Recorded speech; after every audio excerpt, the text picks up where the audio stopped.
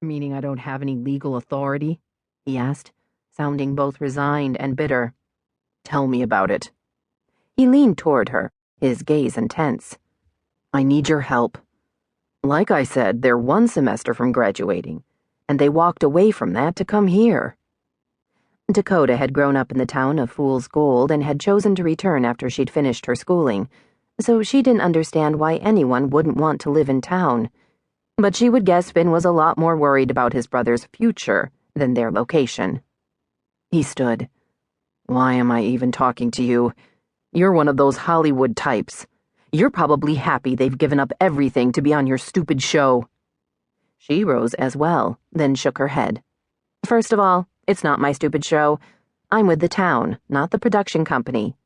Second, if you'll give me a moment to think instead of instantly getting angry, maybe I can come up with something that will help. If you're like this with your brothers, I'm not surprised they want to get a couple thousand miles away from you. Given the little she knew about Finn from their 30-second relationship, she half expected him to snarl at her, then disappear. Instead, he surprised her by grinning. The curve of his lips, the flash of teeth, wasn't anything unique, but it hit her in the stomach all the same. She felt as if all the air had rushed out of her lungs and she couldn't breathe. Seconds later, she managed to recover and told herself it was a momentary blip on her otherwise emotionally smooth radar. Nothing more than an anomaly, like a sunspot. That's what they said, he admitted, returning to his seat with a sigh. That they'd hoped being at college would be far enough away, but it wasn't. The grin faded. Damn, this is hard. She sat down and rested her hands on the table between them. What do your parents say about all this? I'm their parents. Oh. She swallowed, not sure what tragedy had brought that about. She would guess Finn was all of 30, maybe 32. How long ago? 8 years. You've been raising your brothers since they were, what, 12? They were 13, but yes. Congratulations. You've done a good job. The smile faded as he scowled at her. How would you know that? They made it into college, were successful enough to get to their final semester, and now they're emotionally tough enough to stand up to you. The scowl turned into a sneer. Let me guess. You're one of those people who calls rain liquid sunshine. If I'd done my job with my brothers, they would still be in college, instead of here, trying to get on some idiotic reality show. There was that, Dakota thought. From Finn's perspective, nothing about this was good. He shook his head. I can't figure out where I went wrong. All I wanted was to get them through college. 3 more months. They only needed to stay in school 3 more months. But could they do that? No.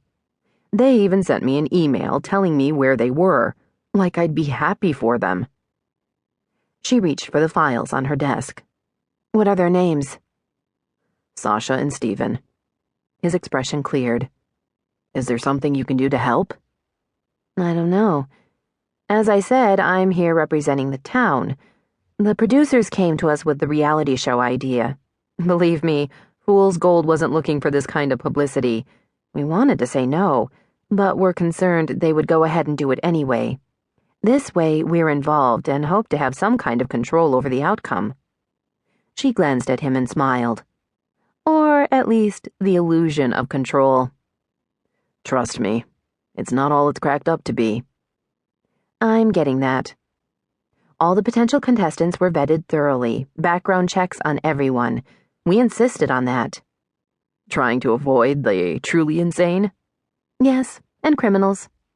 Reality television puts a lot of pressure on people. How did the TV people hear about Fool's Gold if the town wasn't courting them? He asked. It was just plain bad luck. A year ago, a grad student writing her thesis on human geography discovered we had a chronic man shortage in town. The hows and whys became a chapter in her project.